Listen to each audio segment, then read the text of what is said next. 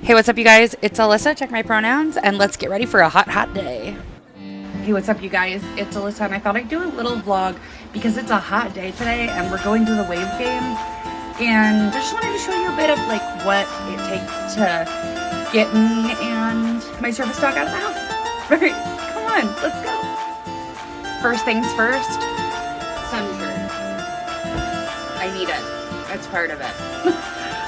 It's a UV protective shirt. The brand is Hang 10. Not sponsored.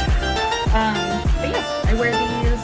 I have a couple of them. I have one from Curly, and I love them. And I wear them so that I don't burn in the sun. Now you might be wondering, Alyssa, why don't you just wear a ton of sunscreen? Well, I can barely remember to wear deodorant. I wear Dove because it's great for sensitive skin, but also I prefer a sun shirt if I'm going to be out in the sun for prolonged periods of time because it has broad spectrum UV protection, which is really great, which not all sunscreens have. So take that. Plus, I prefer the sensory input of a tight sun shirt than being coated in sunscreen. I love having bangs. Sorry, I'm checking my part. It's warm. I love having my bangs.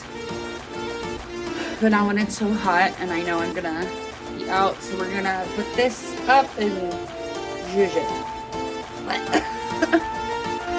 The downside of bangs is that when it's hot, they will absorb sweat, and then I kind of look like I have scraggly little worms on my head. So let's put them into space buns, keep them out of my face, but still have the rest of my hair down because it's cute and it's curly, and also bangs are much easier to restyle.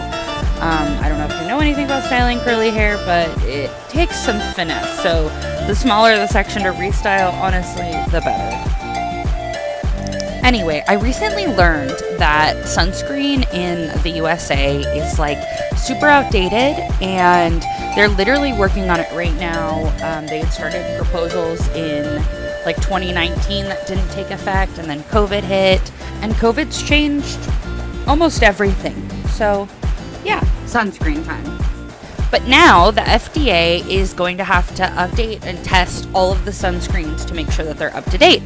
This means that the sunscreens are not scientifically relevant in America, and I'm really excited to see what changes. They definitely are also going to update the ingredients bits and what is allowed in a sunscreen and what makes it safe, and UV scores, which is really exciting because a lot of sunscreens already have that in other countries, including some of the best sunscreen that a lot of people tell me about, which is in South Korea.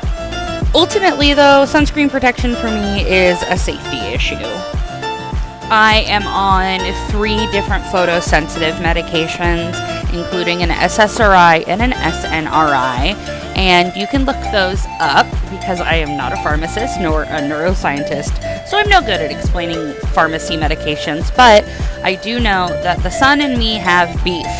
A sun shirt is more consistent, and I don't have to remember to reapply a shirt. But I do have to remember to reapply my sunscreen, so I will bring a sunscreen with me because my face and my hands can still burn and my legs are out, so those will probably burn too if I'm not careful, and I'll be covered in hives. So there's a lot of mitigation itself just in sun protection, hence my preference to combo versus sunscreen only. I also like to do a layer of sunscreen underneath my makeup and moisturizer, and then I have a sunscreen setting spray that I will also use to seal everything in because it's important to cover your face and to reapply and to make sure that your neck also gets the sunscreen, and if your ears are exposed, doing that too. It's a lot, I know. I'm sorry, Alyssa. It's part of the game.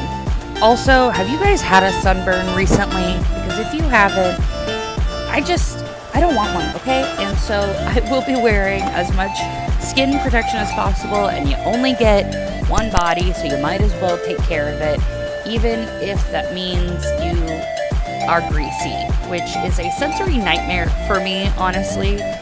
I prefer face sunscreen because I find that it's less greasy, but grease on my arms from the sunscreen or on my legs I feel like I can't forget that it's there and end up feeling very aware of how slick I am. Does that make sense to anyone else?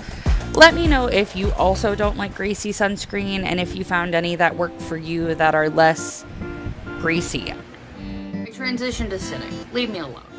You don't have to do things standing all the time. Don't forget that.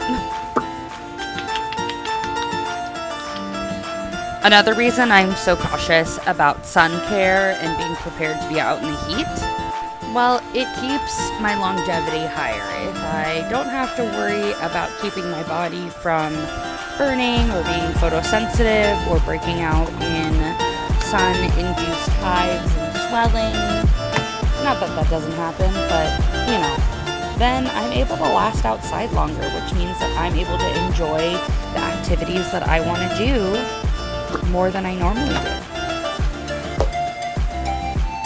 I can't do this and this at the same time, so I'm going to do my eyebrows. BRB. Ice the top of your head, your neck, and your armpits if you're feeling hot. It's a hack. Having someone you love also remind you to drink water and stay cool and in the shade is also very helpful. For the rest of my life. Alright, we've got sun shirt. We've got tucked in layers. We've got pockets. We've got sunscreen. We've got medicines. We've got hats. Water. It's a lot. And then, not even to mention, let me show you everything my service dog has on. Now we have to go find her because she does hate her shoes.